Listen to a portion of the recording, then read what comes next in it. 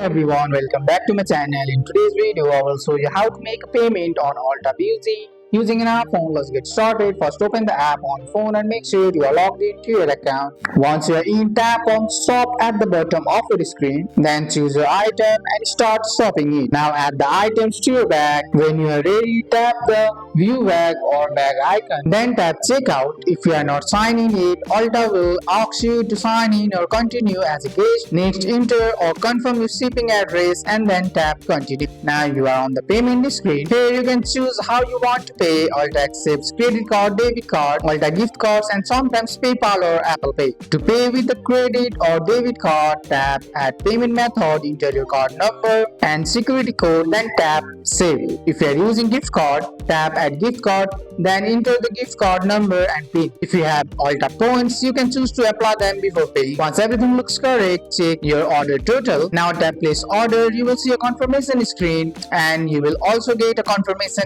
email. And that's it. That's how you make payment on Ulta using an iPhone. That's all for today's video, guys. I hope you guys like this video. If you found this video helpful, drop a like, subscribe for more videos. Thanks for watching. See you in the next one.